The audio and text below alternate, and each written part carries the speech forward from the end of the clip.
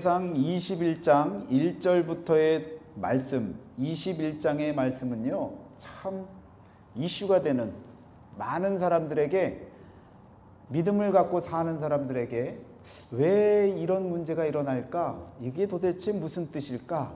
라고 하는 궁금증이 생겨나는 부분이 아닐 수 없습니다. 다윗 왕이 되어지고 난 후에 통일 국가가 세워지고 나서요, 정말 국력이 좋아졌습니다. 국력이 좋아져서요, 말씀드렸다시피 상비군만 130만 명이었습니다. 그런데 그 130만 명에서 지금 오늘 말씀의 21장에 나오는 이 수치를 따지면 더 늘어나죠. 이 수치만 해도 벌써 130만을 넘어서서 이미 그 수치가 제국으로 나아가기 위해 충분한 이 병력, 국력을 자랑할 수 있는 그런 수치가 나옵니다. 그런데 다윗이 이렇게 인구 조사를 한 것이 왜 죄가 되느냐? 도대체 사람 숫자 센 것이 무슨 문제가 되어져서 이와 같이 하나님이 다윗을 치시느냐라고 하는 이런 물음들을 우리가 가질 수가 있습니다. 여러분, 그런데 이 문제로 들어갈 때에 우리가 생각해야 할 것이 있습니다. 21장 1절에 보니까 사탄이 일어나 이스라엘을 대적하고 다윗을 충동하여 이스라엘을 계수하게 하니라. 누구에 의한 거예요? 사탄에 의한 일입니다. 사탄에 의해서 사탄이 행한 일이 무엇입니까? 다윗의 마음에 충동질을 하는 거예요. 여러분, 마음이 이런 마음 저런 마음이 다 있는데 사탄이 충동질을 해서 그 충동에 넘어가면 사탄의 지배에 들어가게 되어지는 것입니다. 말하자면 누구나 분이라고 하는 것, 화라고 하는 걸 다 갖고 살아요. 그런데 옆에서 자꾸 누군가 충동질 하잖아요? 그러면 그 화가 불일 듯 일어나는 거예요. 욱하는 사람이 되어지는 겁니다. 그래서 지금 많은 사람들이 분노 조절 장애가 심각해져서요, 분을 참지 못해서 이 사회 문제를 일으키는 일들이 얼마나 많습니까? 누군가의 충동질, 이 충동을 일으키는 일로 인해서 사람 마음이요, 이랬다 저랬다 하는 거예요. 이 충동시키는 이것이 바로 사탄의 제1, 최고의 사역 중에 하나입니다. 가장 좋아하고 가장 전략 중에서 최고의 전략으로 칠 수 있는 것이 바로 이 충동질입니다. 아담과 하와가 마음에 하나님의 말씀을 따라서 열심히 살아가고 평온하게 살아가던 그 삶에 사탄이 찾아와서 뱀의 그 유혹에 마음의 충동질을 자꾸 일으킨 거예요. 그 충동에 이겨내지 못하고, 그리고는 어떻게 됐습니까? 하나님을 배반하는, 하나님의 말씀을 순종치 않는 그런 모습의 사람으로 바뀌어졌다라는 것입니다. 여러분, 사람은요, 누구나 다 똑같습니다. 이 앞에 있는 목사나 앉아있는 성도님들이나 모두가 다 마음속에 적재되어져 있는 것들이 있어요. 마음속에 담겨져 있는 죄들도 있고 악한 마음도 있고 선한 마음도 있고 이런 마음 저런 마음이 다 있는데, 누군가의 어떤 충동질로 인해서 그것을 다스리지 못하면 이것이 문제가 되어지고 악이 되어지고 죄가 되어지는 것입니다. 여러분, 창세기를 한번 찾아보실까요? 창세기 어디를 보시느냐면 모든 것의 기원이 다 창세기에 나옵니다. 그래서 여러분, 창세기 4장 가인과 아벨의 이야기가 나오는 부분인데요, 벌써 이곳에서부터 하나님께서는 우리 마음에 이 충동질하는 것을 이겨야 된다는 것을 말씀해 주고 계십니다. 4장 7절을 같이 읽습니다. 시작. 내가 선을 행하면 어찌 낯을 들지 못하겠느냐? 선을 행하지 아니하면 죄가 문에 엎드려 있느니라. 죄가 너를 원하나 너는 죄를 다스릴지니라. 아멘. 아멘.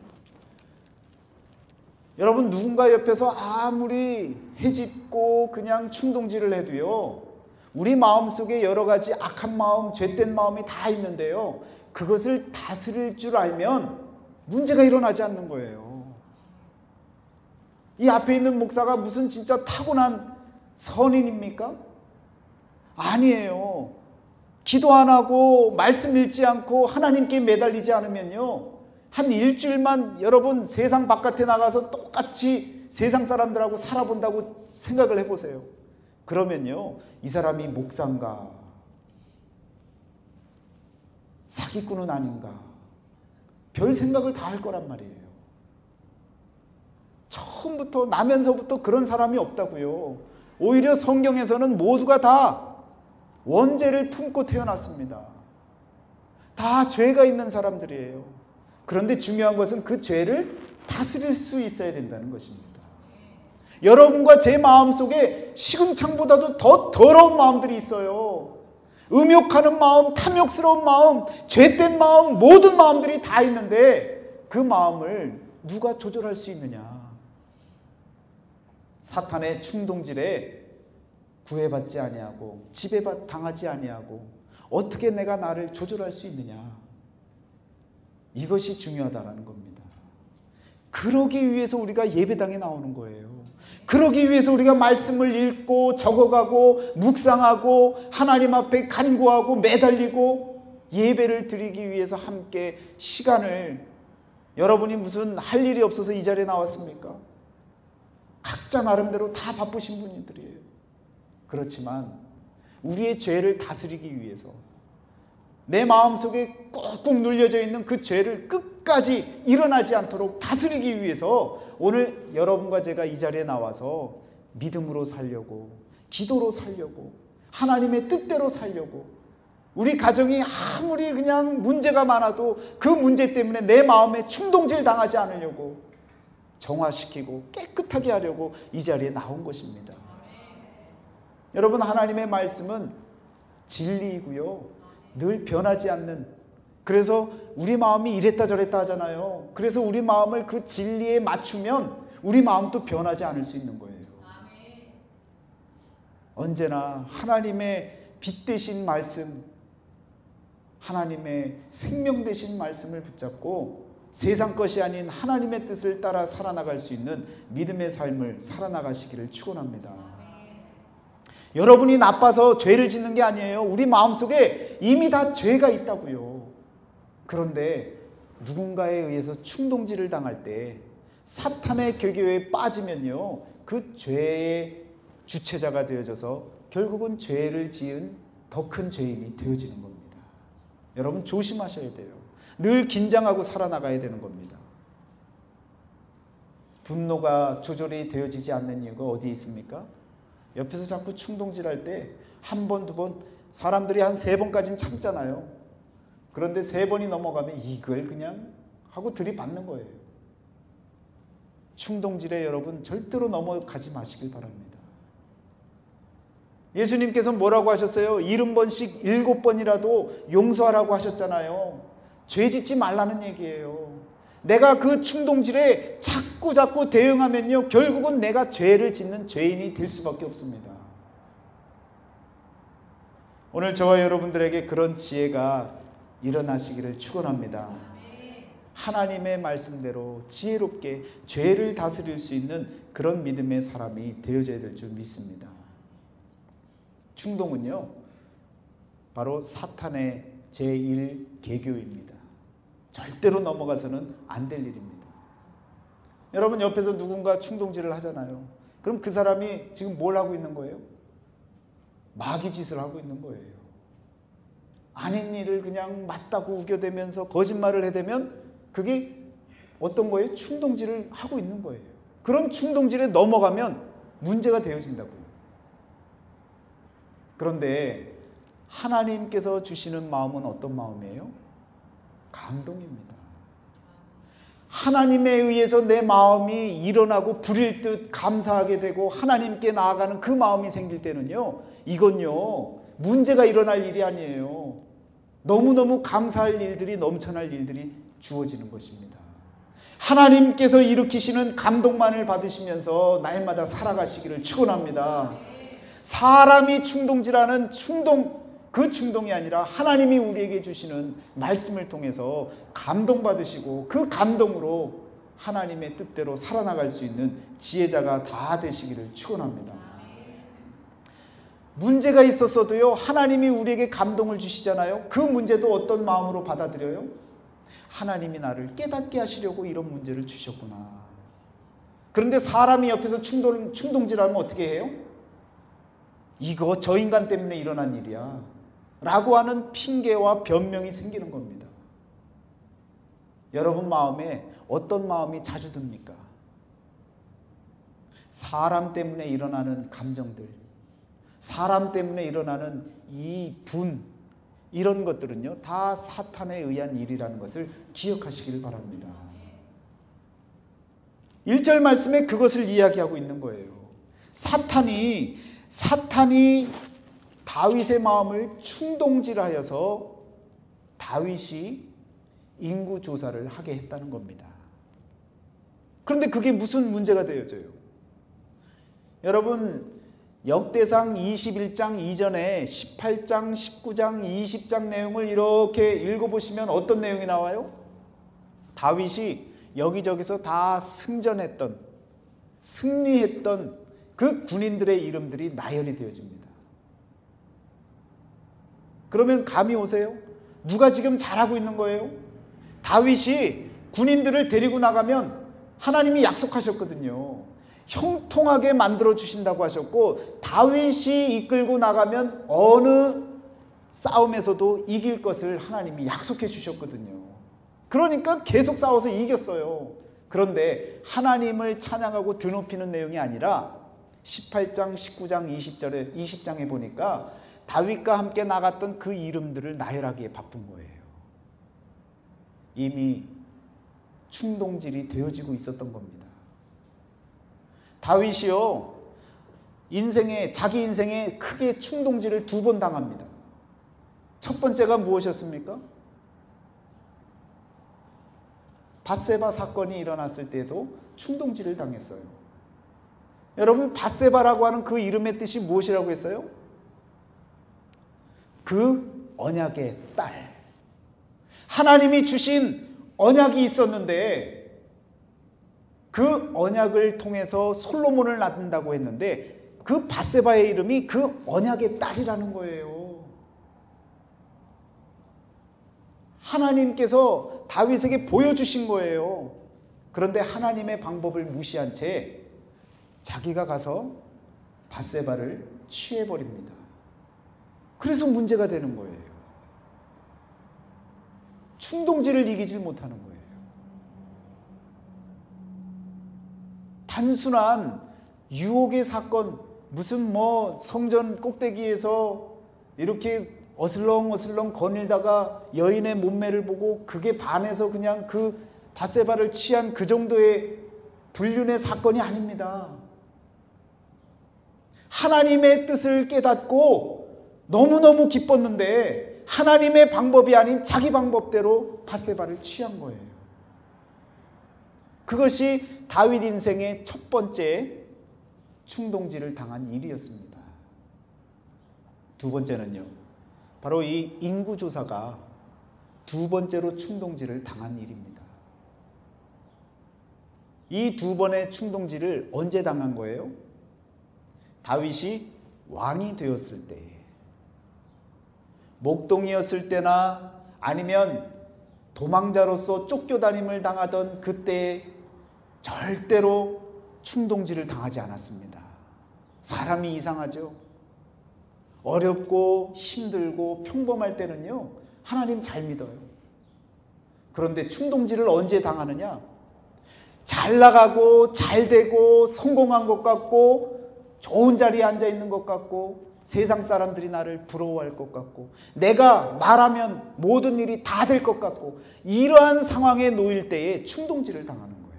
사탄은요, 그런 사람에게 나가는 거예요. 왜? 넘어지기가 쉽거든요. 교만한 자는요, 넘어지기가 쉽습니다. 다윗이 2번의 충동질을 당하는데 모두가 다 왕이 되어졌을 때의 일이라는 사실입니다. 여러분 기억하세요. 내 가정이, 내 직장이, 내 사업장이 잘 되고 잘 풀리고 모든 일이 형통할 때에 조심하셔야 되는 거예요. 그럴 때에 하나님께서 사탄이 찾아오는 것 하나님 또 못 막으세요. 왜? 하나님은 모든 것을 다 허용해 두시고 그리고 우리 인간에게 자유의지를 주셨기 때문에 그것이 하나님의 약속이고 하나님의 법칙이기 때문에 하나님이 다 막아주시면 될 것 같은데 아닙니다. 우리의 목도 필요한 거예요. 여러분과 제가 잘 나가고 잘 될 때에 더 잘 되기 위해서 하나님께 엎드려 간구할 수 있는 그런 믿음의 자녀가 되어지셔야 된다는 것입니다. 다윗은요 너무 잘 나간 거예요. 자신의 전장에서 접은 일이 없고요. 숫자를 세보니까 막강한 거예요. 하나님이 필요치 않은 거예요. 이제는 국력을 갖고 군사력을 갖고 충분히 모든 일을 해낼 수 있다라고 여길 수 있을 만큼 아주 강해졌습니다. 그래서 그 전까지는요 하나님께 나아가고 하나님께서 직접 직답을 주시고 직접 만나 주셨던 그런 다윗이었는데 꼭 이제는 왕이 되고 나서부터는 선지자들을 통해서 하나님이 만나 주십니다. 신앙은 있는데요 신앙의 깊이가 없으니까 자꾸 다른 사람을 통해서 말씀을 주시는 거예요. 여러분 하나님께서 저와 여러분들에게 살아있는 하나님의 말씀 66권의 성경을 우리에게 직접 주셨습니다. 여러분이 바라보시고 읽으시고 묵상하실 때 그 말씀이 여러분 마음판에 하나님의 말씀이 직접 주어지는 귀한 은혜를 놓치지 마시기를 바랍니다. 하나님께서 주시는 그 감동으로 여러분들이 변하잖아요. 그러면요 세상이 바뀌어요. 세상이 놀란다고요. 저 인간이 왜 저러지? 저 인간이 왜 달라졌지? 무엇 때문에 달라졌지? 그런데 너무너무 잘 바뀌는 거예요. 하나님이 주시는 감동으로 변화된 삶을 사는 사람은요 법도 필요 없어요. 죄를 지을 일도 없어요. 늘 감사한 거예요. 하나님 안에서 기쁜 거예요. 그런데 사람에 의해서 자꾸 충동질을 당하잖아요. 늘 괴로운 거예요. 저 인간 보이는 인간마다 다 그냥 눌러버려야 할 인간으로 보이는 그런 마음에 스트레스만 쌓이는 그런 모습이 되어줄 수 있다는 것입니다. 여러분 하나님 말씀을 통해서 많은 감동을 받으시고 하나님의 뜻대로 살아나갈 수 있는 믿음의 귀한 가정들이 다 되시기를 축원합니다. 자 그런데 보세요. 여러분 역대상 21장 1절에는 사탄이 일어나 라고 표현하고 있습니다.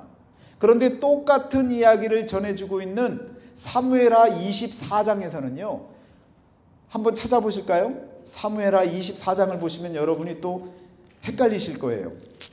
여호와께서 다시 이스라엘을 향하여 진노하사 그들을 치시려고 다윗을 격동시키사 가서 이스라엘과 유다의 인구를 조사하라 하신지라. 이거 또 이상한 이야기가 나오네요.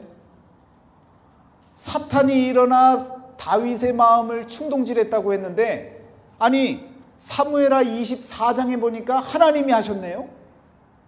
어느 게 맞는 거예요 여러분? 또 고개를 못 드시네요.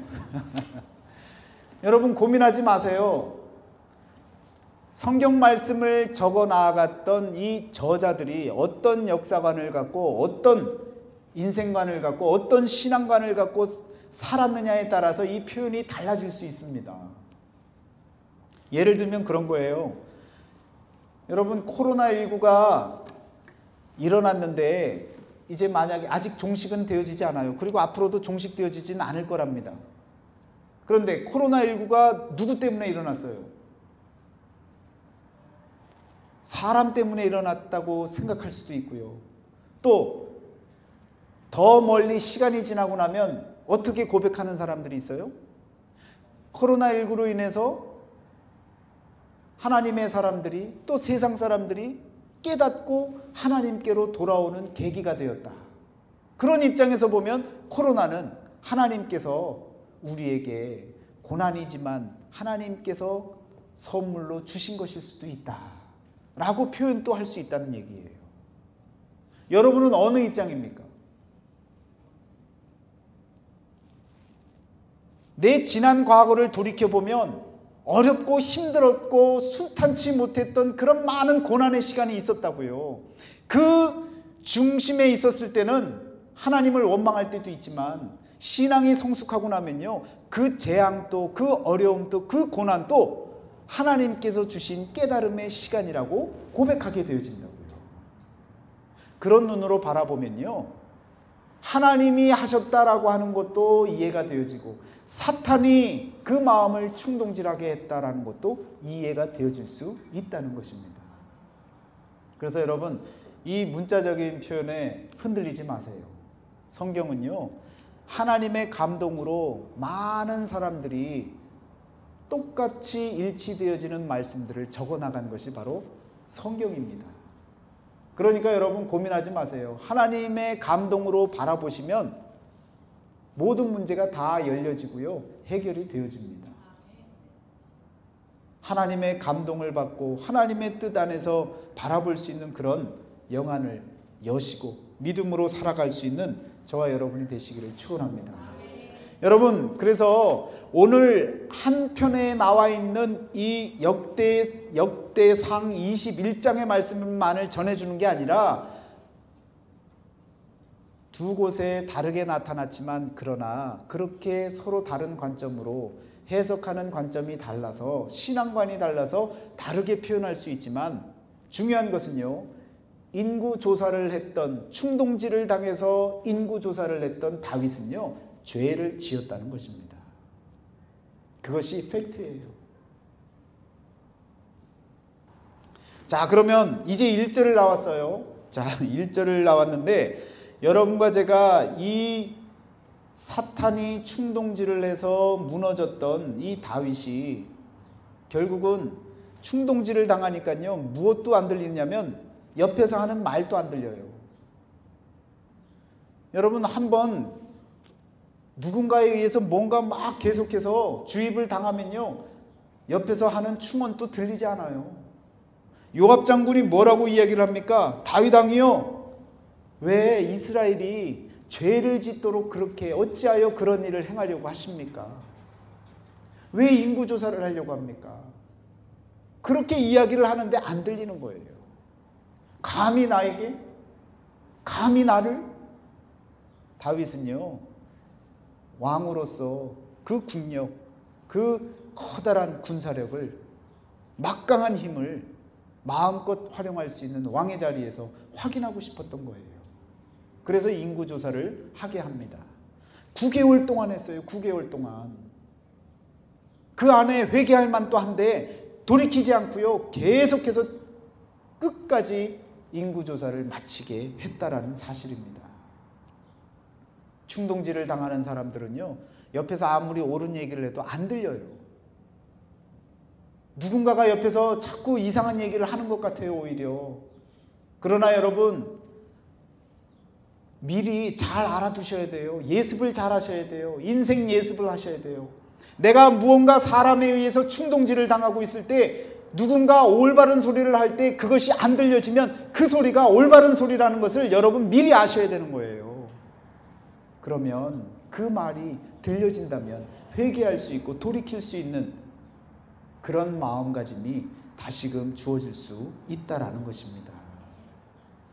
결국 다윗이 인구조사를 하고 하나님의 능력을 무시하고 하나님의 약속을 어기고 모든 것이 다 하나님께서 다 역사하시고 이겨주신다고 약속하셨는데 그건 무시하고 내가 할 수 있습니다라고 하는 자신의 힘으로 나아갈 때에 하나님께서는요, 결국 그 다윗을 치시게 되어집니다. 그런데 다윗을 치는 것뿐만 아니라 왕의 자리에 있었던 그 다윗, 직분자로서 있었던 그 자리에서의 잘못은요, 커다란 아픔을 가져오게 만듭니다. 하나님께서 세 가지의 재앙을 소개하시잖아요. 첫 번째는 뭡니까? 3년 동안 기근이 있게 만드는 것. 두 번째는요, 3개월 동안 적군에게 패하고 쫓김을 당하는 이스라엘이 될 것이냐, 아니면 세 번째는 3일 동안 전염병을 유행케 만들 것이냐. 그래서 다윗이 무엇을 선택합니까? 죄값을 치르기 위해서 3일 동안에 전염병이 유행하는 것을 받아들입니다. 그리고 그 전염병에 의해서 어떻게 돼요? 7만 명의 이스라엘 백성들이 죽게 되어집니다. 여러분, 생각해 보세요. 전염병에 의해서 7만 명이 무고한 사람들이 죽게 되어졌어요. 하나님이 잘하신 일이에요? 그런 하나님 우리가 믿을 수 있습니까? 보세요. 전염병이라고 하는 것은요, 누군가에 의해서 다른 사람에게 전염이 되어지는 것이 전염병입니다. 코비드-19이 그냥 가만히 있는데 걸려요? 아니죠. 누군가를 만나야 걸리는 거죠. 예를 들어서 다윗이 3일 동안 전염병이 유행된다는 사실을 알았으면 그가 그냥 받아들일 것이 아니라 온 백성에게 전달을 했어야죠. 방역 수칙을 세웠어야죠. 각 가정에서 머물고 하나님께 기도하고 3일 동안은 누구도 만나지 말고 하나님 앞에, 생명을 주신 하나님 앞에 생명을 놓고 기도하자라고 선포를 했어야죠. 어떻게 보면요, 하나님은요 그 길을 주신 거예요. 살 수 있는 길을 주신 거예요. 7만 명이 아니라 한 명도 죽지 않을 수 있는 그런 길도 어떻게 보면 주신 거란 말이에요. 그런데 그냥 받아들이고 가만히 있었어요. 3일 동안 죽어나가는 이스라엘 백성들을 바라보면서 하나님, 내가 잘못을 했는데 왜 저들이 죽습니까? 라고 그냥 하소연만 하고 있었다고요.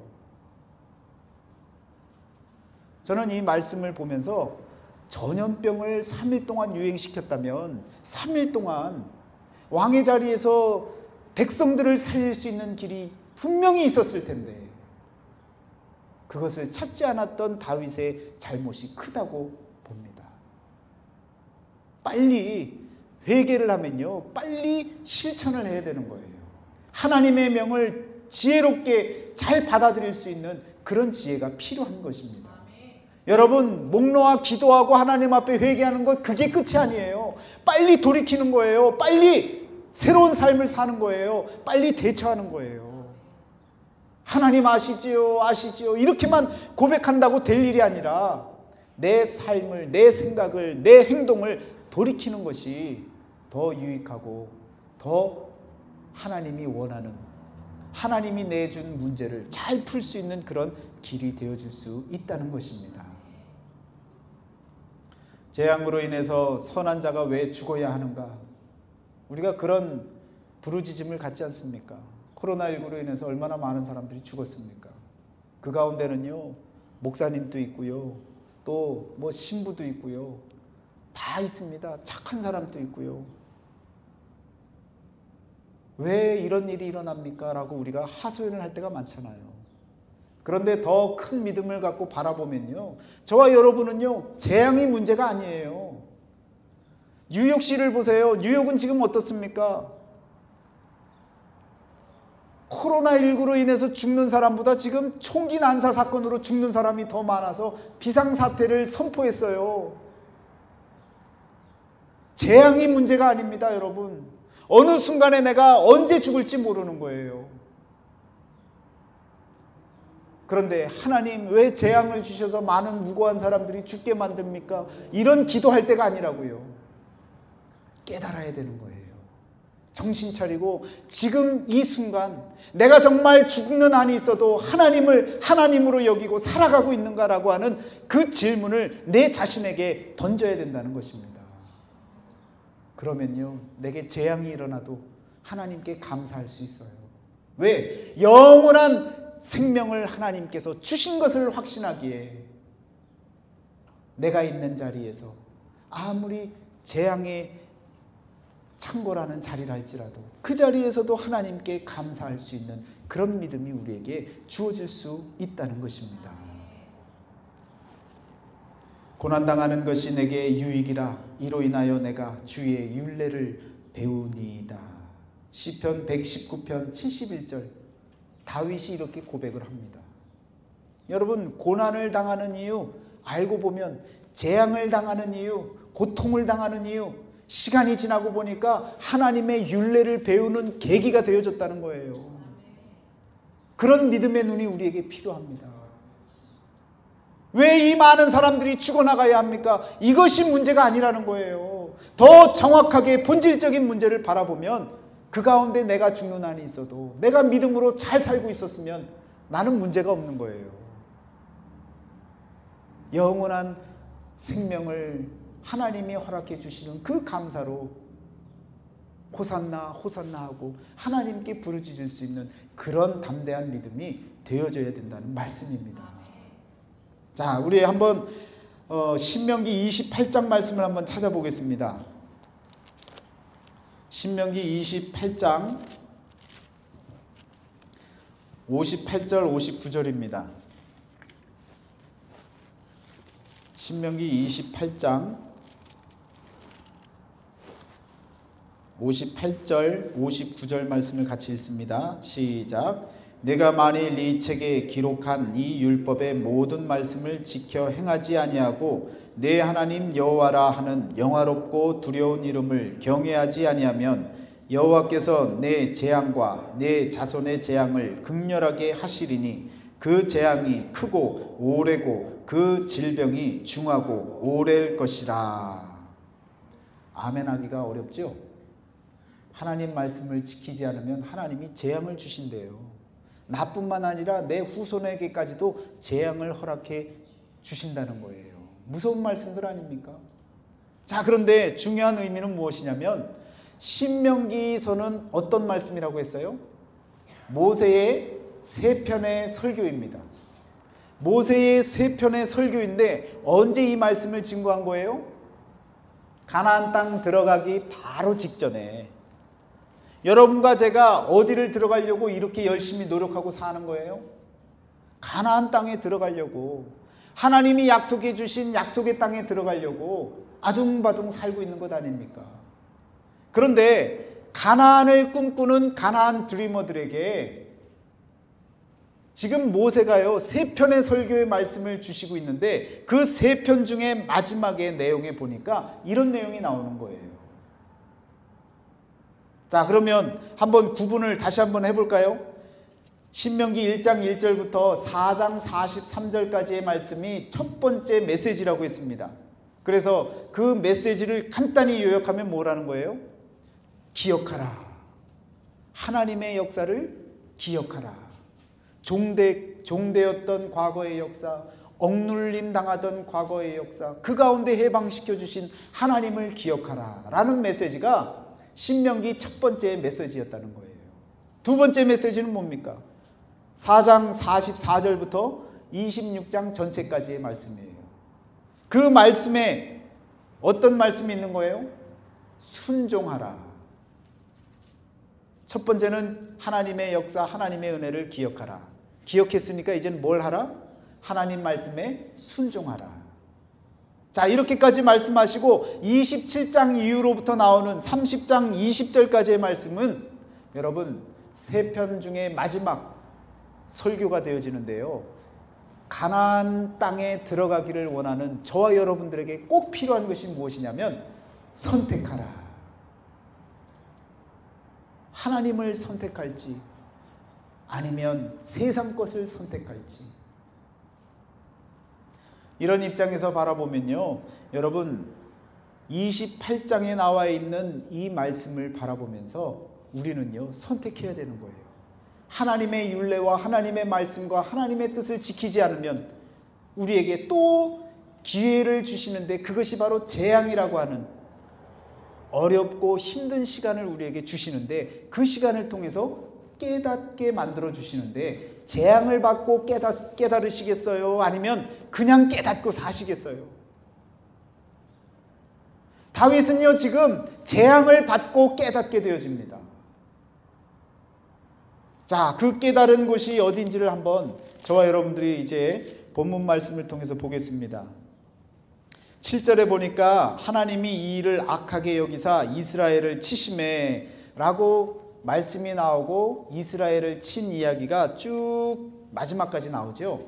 그런데 여러분 어디를 보시냐면 22절에 보니까요, 다윗이 오르난에게 이르되 이 타작하는 곳을 내게 넘기라. 너는 상당한 값으로 내게 넘기라. 내가 여호와를 위하여 여기 한 제단을 쌓으리니 그리하면 전염병이 백성 중에서 그치리라 하니. 자, 다윗이 갓이라고 하는 선지자에게 하나님의 말씀을 전해 들었어요. 제사를 드리라는 거예요. 그래서 다윗이 눈 씻고 찾아보는데 그 자리를 발견한 곳이 어디예요? 오르난의 타작마당, 그 자리를 발견한 거예요. 그리고는 그 자리에 제물을 드릴 수 있는 제단을 쌓기 위해서 힘씁니다. 그런데 여러분, 여부스 사람, 이 오르난이라고 하는 사람은 겁에 질린 거예요. 왕이 와서 달라고 하니까 어떻게 얘기를 하는 거예요? 이건 이미 벌써 당신의 것입니다. 마음대로 가지십시오. 왜? 여부스라고 하는 이 이름은 예루살렘 이전의 이름이었거든요. 가나안 족속이 있었던 때의 이름이었거든요. 그러니까 이 오르난이라는 사람은 가나안 땅 이주민의 삶을 살고 있는 사람인데, 그 땅을 갖고 있는 사람인데, 땅을 정복한 왕이 와서 이 땅을 나한테 줄래라고 묻고 있는 상황인데 여러분이 어떻게 하시겠어요? 당장 줘야죠. 내 목숨이 안 달아날 것 아닙니까? 그러니까 이건 이미 당신의 것입니다. 마음대로 하십시오라고 했는데 다윗은요, 하나님께 올려드릴 제단을 쌓기 위해서 공짜로 취하지 않습니다. 금 600세겔을 오르난에게 전달합니다. 그리고 그 자리를 제단으로 맞이하게 되어지는 거예요. 다윗은요, 보세요. 옛적에 모세가 광야에서 지은 여호와의 성막과 번제단이 그때에 어디에 있었으나? 기브온 산당에 있었으나. 무엇이 있었던 거예요? 여호와의 성막과 번제단이 이미 이스라엘 나라 안에 기브온이라고 하는 지역의 산당에 이미 번제단과 성막이 있었단 말이에요. 모세 때부터 내려왔던 그 언약궤가 그곳에 있었단 말이에요. 그런데 다윗이요, 22장 1절에 이렇게 고백을 합니다. 다윗이 이르되 이는 여호와 하나님의 성전이요 이는 이스라엘의 번제단이라 하였더라.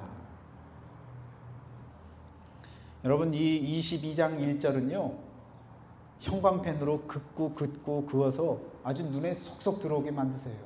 왜? 하나님께서 이 세상을 만드시면서부터 언약의 말씀으로 준비해 주셨던 그 자리를 다윗에게 보여주신 거예요. 재앙을 통해 깨닫게 만드시고 이 자리를 발견하게 만드신 거예요. 이곳이 어떤 곳이라고 했습니까? 여호와 하나님의 성전이라는 거예요. 그리고 그곳이 이스라엘의 번제단이라는 거예요. 그곳에 무엇만 있으면 되는 거예요? 제물만 있으면 되는 거예요. 그 제물이 뭡니까? 예수 그리스도가 되시는 거예요. 하나님의 어린 양이 필요한 거예요. 그것을 어디서 얘기했습니까? 창세기 22장. 아브라함이 이삭을 바치기 위해서 모리아산으로 나아갔을 때에 여호와 이레 하나님께서, 당신께서 그 하나님의 제물을 준비하시리라 라고 선포했던 그 고백이 바로 이 자리에서 일어나야 되는데, 이 자리에 일어날 그 하나님의 어린 양이 언제 나타나는 거예요? 다윗으로부터 1000년이 지나서 세례 요한이 보라 세상 죄를 지고 가는 하나님의 어린 양이로다. 요한복음 1장 29절에 그와 같이 선포하는 그 말씀이 바로 이 역대기 22장 1절에 나오는 이 말씀을 종합해서 완성시키는 하나님의 어린 양이 바로 예수 그리스도시다라는 말씀입니다. 너무너무 중요한 말씀이에요. 재앙을 통해서 깨달은 게 뭐예요? 결국은 예수를 바라볼 수 있는 눈을 바라본 거예요. 성전을 바라본 거예요. 여러분과 제가 고통을 당하고 고난을 당하고 재앙을 경험했다면 누구를 바라봐야 됩니까? 하나님을 바라봐야 되는 거예요. 그런데 많은 사람들은요, 다시 리오프닝 됐다 하고 떠나자, 즐기자, 만나자, 사람들을 찾아서, 자연을 찾아서 떠나기 시작하는 겁니다. 예배당이 텅텅 비는 거예요. 오늘 우리들의 마음이 조금 더 하나님 앞에 진실된 마음, 무엇이 중요한지 사람에 의한 충동이 아니라 하나님에 의한 감동으로 살아갈 수 있는 그런 믿음의 삶을 살아나가시기를 축원합니다. 여러분, 하나님의 감동으로 사는 것, 이것은 우리 인생에 나타나는 현상들이 있어요. 그것이 무엇입니까? 감사하는 마음이에요. 오늘이 맥주 감사절 아닙니까? 이스라엘 백성들이 한 해에 첫 번째 이삭이 나오는 그 결실을 갖고 하나님께 감사를 드리는 그런 시기간으로 맥주 감사절을 정했다고요. 오늘 우리 한 해를 바라보면서 6개월을 넘게 살고 이제는 결실해야 하는 첫 시간으로 받아들이시고 여러분 감사할 수 있는 마음으로 하나님께 나아가시기를 축원합니다. 우리 교회는요 참 감사하죠. 왜? 감사도 있잖아요. 이감사라고 2살 배기 어린아이도 있잖아요. 각 가정에 이제 아이들 여러분 열심히 전도가 안 되면 그냥 가정에서 애들이라도 낳으세요. 낳으시면 이름을 꼭 감사라고 정하시길 바랍니다. 감사한 일이 많이 일어날 거예요. 여러분 우리가 늘 감사하는 마음으로 살아나가야 됩니다. 그런데 이건요 내가 하려고 하는 것이 아니라 하나님의 감동을 받으면 자연스럽게 감사한 고백이 나올 수밖에 없는 거예요. 어린아이의 감사는 뭐예요? 조건에 따라서 감사하는 거죠. 사탕 하나 주면 감사합니다 그래요. 아무것도 안 주면 아무 말 안 해요. 그것이 어린아이의 감사입니다. 그런데 성장한 이, 장성한 이의 감사는 어떤 감사예요? 우리 집을 위해서 내 몸이 힘들고 지치고 아파도 열심히 일할 수 있는 그 자체로도 감사한 마음이 들잖아요. 이것이 장성한 이의 감사 아닙니까? 어린아이처럼 그냥 몸 아프다고 그냥 원망하고 불평하고 이러면 내게 돈이 그냥 조금밖에 안 들어온다고 원망하고 불평하면 이러면 어린아이 감사 아닙니까? 여러분 하나님의 감동으로 사는 자의 삶을 우리 삶 가운데 나타내시고 드러내시고 표현하고 살아나갈 수 있는 그런 삶이 되시기를 축원합니다. 이제 다시 복음 앞에 서야 됩니다. 누군가에 의한 충동이 아니라 사람에 의한 물질에 의한 환경에 의한 충동이 아니라 하나님에 의한 감동으로 살아갈 수 있는 저와 여러분의 삶이 되어지시기를 주의 이름으로 축원합니다. 기도하시겠습니다.